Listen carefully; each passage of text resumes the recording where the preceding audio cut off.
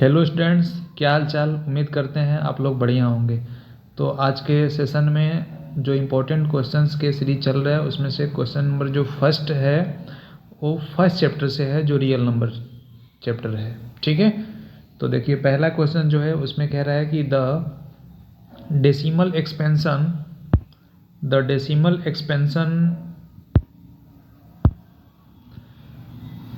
Of 22/7। क्या question है? The decimal expansion of 22/7 is, मतलब इसमें कह रहा है कि जो 22/7 है, इसमें आपको बताना है कि ये टर्मिनेटिंग है कि नॉन टर्मिनेटिंग है। ठीक है ना। सबसे पहले इसको चेक करो। देखो यहाँ डिनोमिनेटर में कितना है? 7 है। तो 7 को अगर फैक्टराइज करते हैं तो ये 7 × 1 होगा, जो 2 के पावर m और 5 के पावर n इन दोनों। ठीक है ना। इसलिए कह सकते हैं कि ये जो नंबर है ये टर्मिनेटिंग नहीं है। टर्मिनेटिंग नहीं है तो साफ क्लियर हो गया कि ये क्या है? नॉन टर्मिनेटिंग है। जब ये नॉन टर्मिनेटिंग आपको क्लियर हो गया कि नॉन टर्मिनेटिंग ये है, तो उसमें आपको फिर क्या करना है? डिवाइड करके चेक कर लेना है। आपको किस में डिवाइड करना है? 22/7 करना है, मतलब 22 में 7 से डिवाइड करना है। ठीक है, तो डिवाइड करके चेक कर लो कितना आ रहा है।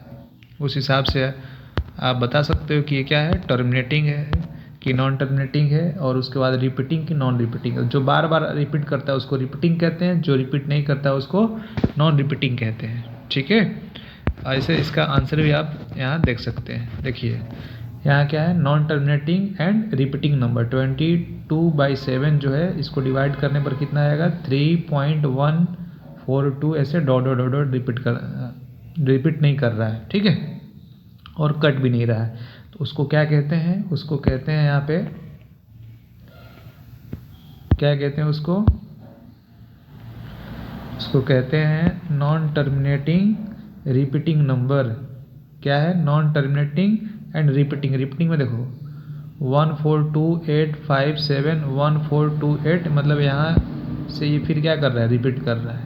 ठीक है ना। तो इसको क्या कहेंगे? नॉन टर्मिनेटिंग, मतलब ये टर्मिनेट होने का नाम नहीं ले रहा है और रिपीट हो रहा है, इसलिए इसको क्या कहते हैं? Non terminating repeating number. Okay, next question जो सेकंड है उसको देखिए। सेकंड क्वेश्चन में क्या है कि for some integer n the odd integer is represented in the form of, मतलब ऑड इंटीजर को किस फॉर्म में रिप्रेजेंट कर सकते हैं। ठीक है ना। तो आप लोगों को मैं यहाँ बता दे रहा हूँ कि ऑड इंटीजर का और इवन इंटीजर का फॉर्मेट क्या होता है। ठीक है, जो ऑड है, ऑड का फॉर्मेट होता है 2n+1 का। ऑड का फॉर्मेट क्या होता है? 2n+1 का। तो इसमें आपको क्लियर हो गया होगा कि ऑड का जो फॉर्मेट होगा वो क्या होगा? 2n+1। ये राइट आंसर है इसका, सी। ठीक है, लेकिन इवन की अगर बात करें तो इवन में क्या होता है? इवन का भी देख लो। इवन में होता है 2n। इवन में क्या होता है? 2n। आप इसको एज एग्जाम्पल देख सकते हैं। n के जगह n बिलोंग्स टू किससे करेगा? i से। i का मतलब क्या है? इंटीजर है। n के जगह पे इंटीजर होना चाहिए। तो यहाँ 2n, n की जगह मान लो 1 लेते हैं तो 2 × 1 कितना हो जाएगा? 2 हो जाएगा। ऐसे मान लो और भी कुछ नंबर लेके देखते हैं इसमें। 2 × अगर मान लो यहाँ 2 रखते हैं तो कितना हो जाएगा? 4 हो जाएगा। 4 क्या है? इवन नंबर है। तो इस तरीके से 2n का जो फॉर्मेट होगा वो इवन नंबर का होगा और 2n+1 जो होगा वो ऑड नंबर का होगा। क्लियर है? ठीक है, चलो नेक्स्ट क्वेश्चन की तरफ। नेक्स्ट क्वेश्चन है इसमें कि ACF ऑफ 26 एंड 91। इसमें आपको बताना है कि जो आपके 26 और 91 है, 26 और यहाँ 91 है, तो इसमें आपको बताना क्या है कि इसका ACF क्या हुआ है। यानी जो 4 ऑप्शन है उसमें से आप चेक करके बता सकते हो कि इसका ACF क्या होगा। ठीक है, तो इसमें नंबर ढूंढो जो इन दोनों नंबर को काट सकता है। तो 15 से तो नहीं कटेगा, 13 से चेक करेंगे तो 13 2 जाए कितना होता है? 26। 13 से इसमें भी डिवाइड करके चेक करेंगे तो 13 से डिवाइड करेंगे तो ये कितने बार में कटेगा? 7 बार में भी कट जाएगा। मतलब ये जो 13 है 26 को भी डिवाइड कर रहा है और 91 को भी डिवाइड कर रहा है। इसके मतलब इसका जो HCF होगा वो क्या होगा, 13 होगा। ठीक है, राइट आंसर इसका क्या है, 13 है। समझ में आया होगा आप लोगों को, उम्मीद करते हैं। नेक्स्ट क्वेश्चन जो 4 है, 4 में क्या है कि which of the following is not irrational. इसमें आपको मैं बता दूं कि इरेशनल क्या होता है। इरेशनल में ऐसे नंबर्स आते हैं जो P/Q के फॉर्म में नहीं लिखा जाता है। जिसको P/Q के फॉर्म में लिख सकते हैं उसको क्या कहते हैं, रेशनल नंबर कहते हैं। क्या कहते हैं उसको, रेशनल। और जिसको नहीं लिखते हैं उसको क्या कहते हैं, इरेशनल कहते हैं। यानी जिसको P/Q के फॉर्म में नहीं लिखेंगे उसको इरेशनल, और जिसको P/Q के फॉर्म में लिखेंगे उसको क्या कहेंगे, रेशनल कहेंगे। ठीक है, तो इसमें कह रहे हैं कि नॉट इरेशनल बताइए। क्या बताइए, नॉट इरेशनल। नॉट इरेशनल का मतलब जो रेशनल, नॉट इरेशनल का मतलब जो रेशनल हो। तो देखो पहला नंबर क्या है, 3 + √7 है। 3 + √7, तो जो 3 + √7 है ये तो आपका रेशनल है, ये क्या है, इरेशनल है। तो होल मिलकर ये क्या बनेगा, ये बनेगा आपका इरेशनल बन जाएगा। ठीक है, ये वाला भी इरेशनल है। यहाँ से देखिए अगर इसको अगर सॉल्व करते हैं तो ये बनेगा a + b और a - b। तो ये फॉर्मूला होता है a² - b² का। तो 3 का स्क्वायर करेंगे तो 9 आएगा और √7 का स्क्वायर करेंगे तो 7 आएगा। सॉल्व करेंगे इसको तो कितना आएगा, 2 आएगा। ठीक है, और 2 क्या हो जाएगा, रेशनल नंबर हो जाएगा। तो ये आपका आंसर सही हो जाएगा। ठीक है, तो 5 है, इसमें कह रहा है कि the addition of a rational number and irrational number is equal to, मतलब रेशनल प्लस क्या है, इरेशनल है। रेशनल प्लस इरेशनल क्या होता है। ठीक है, अपने पास 4 ऑप्शन भी है। रेशनल में जैसे ही इरेशनल जोड़ेंगे तो क्या आएगा, इरेशनल आएगा। क्या आएगा, इरेशनल आएगा। रेशनल में इरेशनल जोड़ेंगे तो क्या मिलेगा, इरेशनल मिलता है। क्या मिलता है, इरेशनल मिलता है। ये याद रखना है। ठीक है ना। चलिए आगे बढ़ते हैं।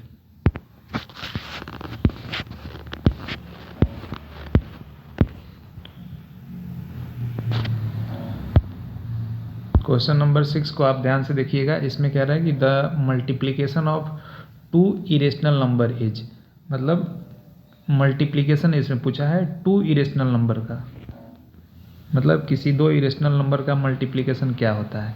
तो देखिए इसमें आपका एग्जांपल देकर बता रहे हैं कि इरेशनल नंबर जैसे √2 है। ठीक है, और दूसरा भी एक और इरेशनल नंबर ले रहे हैं, ये भी क्या है, इरेशनल नंबर है। जब इसको मल्टीप्लाई कराएंगे तो ये क्या आएगा, 2 आता है। क्या आता है, 2 आता है। तो 2 क्या है, ये रेशनल है। 2 एक रेशनल है। एक और देखिए यहाँ पर 2 √2 × √3 लेते हैं तो ये कितना आ जाएगा, √6 आ जाएगा। तो ये वाला भी क्या है आपका, ये वाला इरेशनल है, ये वाला भी इरेशनल है, और इसका मल्टीप्लिकेशन भी क्या आ रहा है, इरेशनल आ रहा है। ठीक है, तो आपको क्या दिखाई दिया, तो अगर इरेशनल नंबर किसी 2 इरेशनल नंबर को मल्टीप्लाई करते हैं तो रेशनल भी आ सकता है और इरेशनल भी आ सकता है। तो उसको इस चारों में से ऑप्शन कौन सा अपना सही होगा, ये सी वाला ऑप्शन सही होगा। क्यों, सी में क्या है, मे बी रेशनल और इरेशनल, मतलब कि इसके कहने का मतलब है कि ये रेशनल भी हो सकता है और इरेशनल भी हो सकता है। इसलिए अपना जो आंसर है वो सी वाला सही है। ठीक है ना। नेक्स्ट देखिए क्वेश्चंस को। क्वेश्चन नंबर जो 7 है, क्वेश्चन नंबर 7 में क्या दे रखा है, देखिए उसको थोड़ा ध्यान से। क्वेश्चन नंबर 7 में कह रहा है कि इफ सेट ए, एक सेट है। सेट क्या होता है, कलेक्शन ऑफ एलिमेंट्स होता है जो वेल डिफाइंड हो। तो इसमें एलिमेंट्स है 1 से लेकर 1 2 3 4 5 है। ठीक है, is given then it represent, मतलब ये जो सेट है किस चीज़ को रिप्रेजेंट कर रहा है। तो इस सेट में जो एलिमेंट्स है वो क्या है, 1 से शुरू हो रहा है। किससे शुरू हो रहा है, 1 से शुरू हो रहा है। तो 1 से शुरू होकर इन्फिनिटी तक जो नंबर जाता हो उसको क्या कहते हैं, होल नंबर कहते हैं। होल नंबर कहाँ से शुरू होता है, 0 से शुरू होता है। होल नंबर 0 से इन्फिनिटी तक जाता है। ठीक है, और रेशनल नंबर क्या होता है, जिसको P/Q के फॉर्म में लिख सकते हैं, जिसको P/Q के फॉर्म में लिख सकते हैं। यहाँ पर नेचुरल नंबर कह रहा था, नेचुरल नंबर वाला सही ऑप्शन है। क्योंकि नेचुरल नंबर 1 से इन्फिनिटी तक होता है। ठीक है, कॉम्प्लेक्स नंबर होता है कि कॉम्प्लेक्स नंबर मतलब जेड से इसको रिप्रेजेंट करते हैं। इसमें क्या होता है कि imaginary number plus real number होता है, ठीक है। तो ये कॉम्प्लेक्स नहीं होगा। पहले ये सबसे अच्छा अपना ऑप्शन कौन सा है, सी वाला ऑप्शन सही है, ठीक है। सी वाला राइट आंसर है।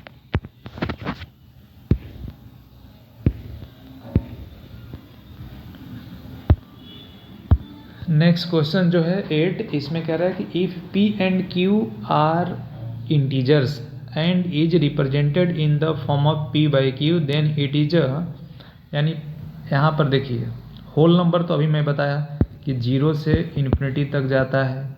रेशनल नंबर को भी अभी मैं बताया आपको कि पी बाई क्यू के फॉर्म में होता है, जहाँ पर क्यू नॉट इक्वल टू क्या होता है, 0 होता है, ठीक है। और P and Q both are integer होता है। तो जो अपना क्वेश्चन है इसमें भी कह रहा है कि P और Q आर इंटीजर्स। तो इंटीजर्स तो ये होते हैं रेशनल नंबर में, ठीक है। Represent in the form of P by Q, इसको P बाई Q के फॉर्म में रिप्रेजेंट भी करते हैं। इसमें से कौन सा आंसर सही है, इसका B वाला आंसर सही है। इसमें क्या है, रेशनल नंबर है, मतलब जिसको P बाई Q के फॉर्म में लिख सकते हैं, जहाँ पर P और Q क्या हो, इंटीजर हो, उसको क्या कहेंगे, रेशनल नंबर कहेंगे, ठीक है। नेक्स्ट क्वेश्चन है 9 नंबर। इसमें कह रहा है कि the largest number that divides 70 and 125 which leaves the remainder 5 and 8। तो देखिए सबसे पहले लार्जेस्ट नंबर कह रहा है, तो लार्जेस्ट नंबर में क्या निकालते हैं, HCF निकालते हैं, ध्यान देना है, HCF याद रहेगा ना। लार्जेस्ट नंबर में क्या निकालना होगा, HCF निकालना होगा। अब कह रहा है कि रिमाइंडर इसका बच रहा है 5 और 8 बच रहा है। तो देखो सबसे पहले इसको क्या करो, रिमाइंडर को दोनों नंबर में से माइनस कर लो, यानी 70 में से माइनस करेंगे किसको, 5 को माइनस करेंगे, और माइनस करके देखो कितना आ रहा है, यहाँ पर 65 आएगा। क्या आएगा, 65 आएगा। दूसरा नंबर है 125 है, इसमें से आपका रिमाइंडर क्या है, 8 है, इसको माइनस करेंगे तो कितना आएगा, 117 आएगा। 100 कितना आएगा, 17 आएगा। अब 65 और 117 का HCF निकालना है। तो इसमें चेक कर लो कौन से नंबर है जो इन दोनों को काट रहा होगा, ठीक है। तो एक नंबर है जो ऑप्शन सी में दे रखा है 13 से डिवाइड करके देखिए, 13 से 117 भी डिवाइड होगा और 65 भी डिवाइड होगा, इसलिए राइट आंसर आपका कौन सा हो जाएगा, 13 हो जाएगा, ठीक है। समझ में आया होगा। नेक्स्ट क्वेश्चन की तरफ चलिए। नेक्स्ट क्वेश्चन क्या है, क्वेश्चन नंबर 10। क्वेश्चन नंबर 10 में दे रखा है कि the list number that is divisible by all the numbers from 1 to 5, ठीक है। इसमें क्वेश्चंस क्या है कि द लिस्ट नंबर, लिस्ट का मतलब छोटा छोटा number, that is divisible by, list number निकालना जहाँ पर होता है वहाँ पर LCM वगैरह निकाल लिया जाता है। देखिए इसमें सबसे पहले 1 to 5 है, 1 से लेकर कितना है, 1 to 5 है। तो 1 to 5 में कौन कौन से नंबर आएगा, 1 to 5 में एक तो आएगा आपका 2 आएगा, एक कितना आएगा, 3 आएगा, एक क्या आएगा, जैसे 1 भी ले सकते हैं, 1 भी होगा, 1 2 3 4 5 भी होगा, ठीक है, इस तरीके से। तो देखना क्या है कि इन 4 ऑप्शन जो है इनमें से पांचों नंबर से कौन कट सकता है। तो ये देखो पहला वाला तो कट जाएगा 1 से, 2 से भी कटेगा लेकिन 3 से नहीं कटेगा, ठीक है। तो ये तो रिजेक्ट ऐसे ही हो गया, ये रिजेक्ट हो गया। दूसरा नंबर 60 को देखेंगे, 60 1 से भी कटेगा, 2 से भी कट रहा है, 3 से भी कट रहा है, और 4 से भी कटेगा, 5 से भी कटेगा, मतलब ये जो बी ऑप्शन है ये पांचों नंबर से कट रहा है, ठीक है।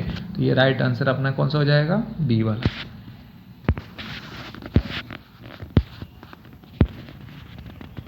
इसमें कह रहा है कि the sum of difference of 2 irrational numbers is always, यानी सम और डिफरेंस ऑफ 2 इरेशनल नंबर्स, ठीक है, यानी irrational number plus minus irrational number, irrational plus minus irrational. तो इसमें क्या आंसर आपके आने वाले हैं, अपने हिसाब से आप लोग भी कमेंट करके बताइए क्या होगा इसमें, ठीक है। ये आप लोगों के लिए क्वेश्चन दे रहे हैं। इससे पहले क्वेश्चन आपको मैं बताया हूँ। ऐसे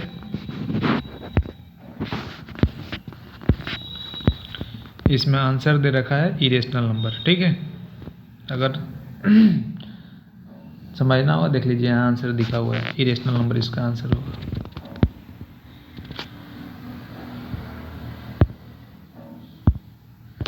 नेक्स्ट क्वेश्चन है the decimal expansion of the rational number, यानी एक रेशनल नंबर आपको दिया गया है, कौन सा 23 बाई कितना है 2 के पावर 2 है इंटू 5 है।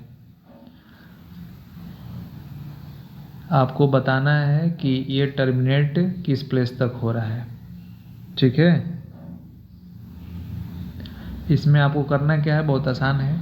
इसको सबसे पहले 23 जो दे रखा है, इसमें ये जो नंबर है 2 के पावर 2 है, मतलब 4 हो जाएगा। यहाँ पर कितना हो जाएगा 5, तो 4 इंटू 5 कितना हो जाएगा 20 हो जाएगा। 23 में 20 से डिवाइड करेंगे, ठीक है। डिवाइड करके चेक कर लेना ये किस प्लेस तक जाकर ये पूरा का पूरा डिवाइड हो जाएगा, ठीक है। ऐसे में इसका आंसर देखना चाहोगे, देख सकते हो यहाँ पर लिखा हुआ है साफ साफ कि यहाँ पर 23 है इंटू 2 के पावर 2 इंटू 5 है, ठीक है ना। तो अगर एक जैसा इसको बनाना चाहते हो, क्योंकि डिवाइड करना आसान बनाने के लिए सब 3 बाई इसको सॉल्व करेंगे तो 20 आएगा। 20 में किससे मल्टीप्लाई करना पड़ेगा 0 लाने के लिए 5 से, तो ऊपर भी 5 से मल्टीप्लाई कर देंगे। तो 23 इंटू 5 करेंगे तो कितना आएगा 115 आएगा। नीचे वाले का मल्टीप्लाई कराएंगे तो 100 आएगा, ठीक है। तो 115 में अगर ये 100 से डिवाइड करना है तो आसान है, तो इसमें पॉइंट लगा देना। ये 1 पॉइंट कितना हो जाएगा 1 पॉइंट इसमें 15 आ जाएगा। 1 पॉइंट कितना 15 इसका आंसर हो जाएगा। यानी ये दो पॉइंट के जस्ट 2 डिजिट के बाद ये क्या हो रहा है पूरा का पूरा कट जा रहा है, ठीक है। इसमें आप लोग खुद बताइएगा, ये थ्योरेटिकल क्वेश्चन है। इस क्वेश्चन में दे रखा है कि Euclid division lemma state that for 2 positive integers a and b there exist unique integers q and r such that a equal to bq plus r where r must be satisfied। यानी जो Euclid division lemma होता है इसका format क्या होता है, a equal to होता है bq प्लस r होता है। r क्या है यहाँ पर, r यहाँ रिमाइंडर है। तो ये रिमाइंडर का जो रेंज होता है ना, रिमाइंडर का रेंज कहाँ से तक होता है, ये होता है आपका 0 से बड़ा होता है, 0 से बड़ा होता है r, ठीक है। 0 से बड़ा होता है r और b से छोटा होता है, b से क्या होता है छोटा होता है, ठीक है। तो इस तरीके से इसमें ऑप्शन आप चेक कर सकते हैं कौन सा इसका ऑप्शन सही है, ठीक है ना। तो इसमें जो ऑप्शन सी वाला है, ऑप्शन सी वाला इसका क्या है सही है, यानी 0 भी हो सकता है और 0 से बड़ा होगा तो कहाँ तक जाएगा बी तक जाएगा, ठीक है ना। उम्मीद करते हैं आप लोगों को समझ में आया होगा। ये अब आप ऑप्शन देख सकते हैं। नेक्स्ट क्वेश्चन जो 14 है, नेक्स्ट क्वेश्चन 14 में क्या दे रखा है थोड़ा ध्यान से देखिएगा। 14 में दे रखा है कि फॉर सम इंटीजर्स m कोई इंटीजर्स है, every even integers is of the form, यानी इवन इंटीजर का फॉर्म क्या होता है। अगर मान लीजिए कोई m क्या है इंटीजर है, तो इसका जनरल फॉर्म क्या होगा। तो अभी मैं बताया था ऑड और इवन का, तो इवन का अगर फॉर्मेट की बात करें तो ये बनता है 2m बनता है, क्या बनता है 2m, m belongs to i क्या होता है इंटीजर होता है, ठीक है। तो इसमें सी वाला ऑप्शन जो है वो क्या है सही है, ठीक है ना। नेक्स्ट क्वेश्चन की तरफ चलिए।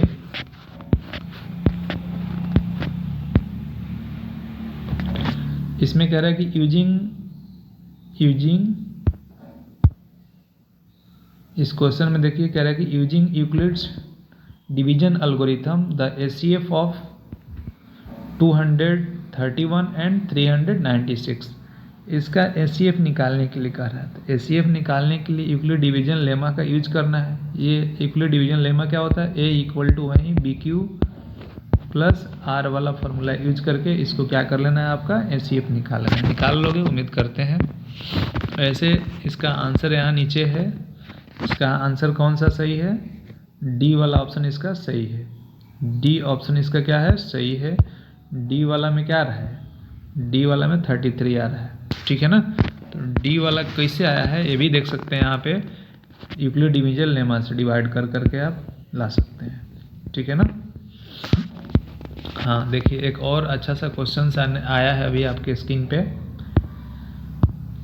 जो इस तरीके से है। इसमें कह रहा है क्वेश्चन नंबर 16 में कि the HCF of 65 and 117 is expressible in the form of, मतलब इसका जो एचसीएफ होता है ना, एचसीएफ इस फॉर्म पे एक्सप्रेसिबल है। Then the value of M, तो एम का वैल्यू क्या होगा आपको बताना होगा। तो सबसे पहले देखिए इसको ध्यान से कि 65 और 117 किस नंबर से कटने वाला है। तो 65 में जब 13 से डिवाइड करेंगे तो ये 5 बार में कट जाएगा, और 117 में भी अगर आप 13 से डिवाइड करते हैं तो ये भी 9 बार में कट जाएगा, ठीक है। मतलब 13 एक ऐसा नंबर है जो 65 और 117 को भी ये क्या कर रहा है, डिवाइड कर रहा है। तो अब इसमें बात आ रही है कि इसका जो एचसीएफ है वो एचसीएफ किस फॉर्म पे है, इसको थोड़ा सा देखिएगा। एचसीएफ जो है इसका, एचसीएफ कह रहा है कि 65, एचसीएफ क्या है, एचसीएफ इसका है, एचसीएफ कितना आया, 13 आया। जो 13 है वो किसके फॉर्म में एक्सप्रेसिबल है, 65m माइनस 117 के फॉर्म में है, ठीक है। अब यहाँ से इसको क्या करना है, सॉल्व करके m का वैल्यू ले आना है। देखो ये जो 117 है उसको राइट से लेफ्ट में ले जाएंगे, तो 13 प्लस 117 इक्वल टू कितना हो जाएगा, 65m हो जाएगा, ठीक है। अब यहाँ से आप m निकाल लोगे, m बराबर कितना होगा, 117 और 13 को ऐड कर लेंगे तो कितना आएगा, 100 आ जाएगा आपका, 30 आ जाएगा, और इसमें 65 से डिवाइड कर देना, ठीक है ना। तो ये 2 से कट जाएगा, ठीक है। इसका राइट आंसर कौन सा हो जाएगा, बी वाला। उम्मीद करते हैं आप लोगों को समझ में आया होगा।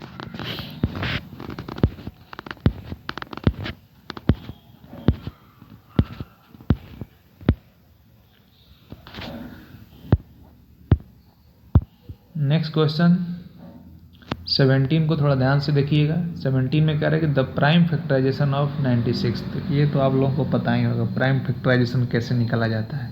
इसका आप एलसीएम निकाल दो 96 का, ठीक है ना। एलसीएम निकालने तो आता ही है ना 96 का। तो इसमें आप बता सकते हो कि इसका प्राइम फैक्टराइजेशन क्या होगा। इसमें बताने की आप लोगों को ज़रूरत नहीं है। इसमें पहले सबसे छोटे नंबर से डिवाइड करते हैं, तो 2 4 जा 8 होता है, और 2 8 जा 16 हो जाता है, ठीक है। इसके बाद फिर 2 से इसमें डिवाइड करेंगे, 2 से डिवाइड करेंगे तो 2 2 जा 4, 2 4 जा 8, फिर 2 से इसमें डिवाइड कर सकते हो, 2 से डिवाइड करेंगे तो कितना आएगा, 12 आएगा। फिर यहाँ पर 12 में भी डिवाइड कर सकते हो, 12 में 2 का डिवाइड करेंगे कितने बार में, 6 बार में। फिर 2 से ये डिवाइड होगा, 2 से डिवाइड करेंगे कितने बार में, 3 बार में। तो देखिए 2 कितने बार आ रहा है, 1 2 3 4 5 बार आ रहा है, और एक बार 3 भी आ रहा है। तो इसमें देखिए 5 बार 2 का कौन आ रहा है, ये पहले ऑप्शन में ही मिल रहा है, ठीक है। इसलिए आपका ए वाला ऑप्शन सही है।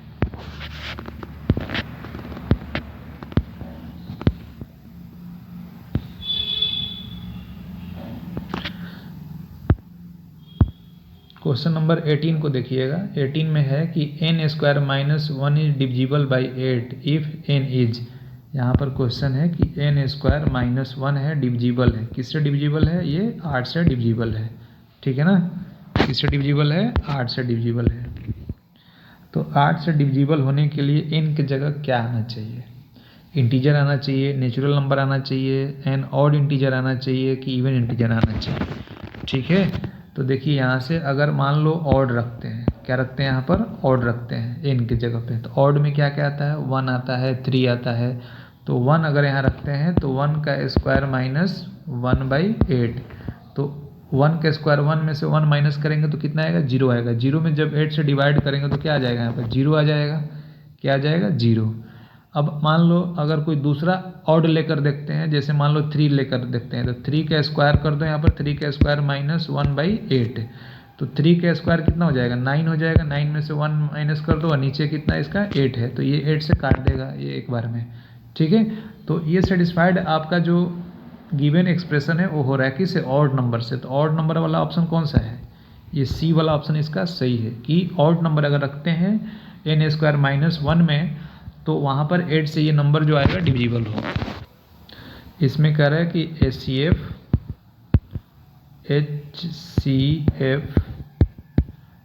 इंटू LCM ये किसके इक्वल होता है, तो ये आप लोग याद भी कर लेना कि HCF into LCM equal to A into B होता है। क्या होता है, A इंटू B, यानी दो नंबर का प्रोडक्ट किसके बराबर होता है, उन दो नंबर के LCM और HCF के मल्टीपल होता है। ठीक है, तो इसलिए आपका जो डी वाला ऑप्शन है वो क्या है, सही है। इसमें क्या देखा है, A इंटू बी दिया हुआ है। ठीक है ना। नेक्स्ट क्वेश्चन को देखिए, इसमें क्या कह रहा है कि the value of remainder R, the value of remainder R मतलब जो रिमाइंडर होता है ना, रिमाइंडर का रेंज क्या होता है, सबसे पहले ये आप बता दो। रिमाइंडर का जो रेंज होता है 0 से लेकर कहाँ तक जाता है, ये b तक जाता है। तो b क्या होता है, डिविडेंड होता है। ठीक है, जो डिवाइड करता है। तो इसमें डिविडेंड कितना है, 3 है। तो जो r है, r का रेंज क्या होगा, 0 से लेकर कहाँ तक, b मतलब 3 से छोटा होगा। तो 3 से छोटा और 0 से बड़ा में क्या क्या आ सकता है, एक तो 0 आएगा, एक क्या आएगा 1 आएगा, और एक क्या आएगा 2 आएगा। तो इसमें 0, 1 और 2 ये वाला आंसर इसका क्या होगा, सही होगा। ठीक है, उम्मीद करते हैं आप लोगों को समझ में आया होगा।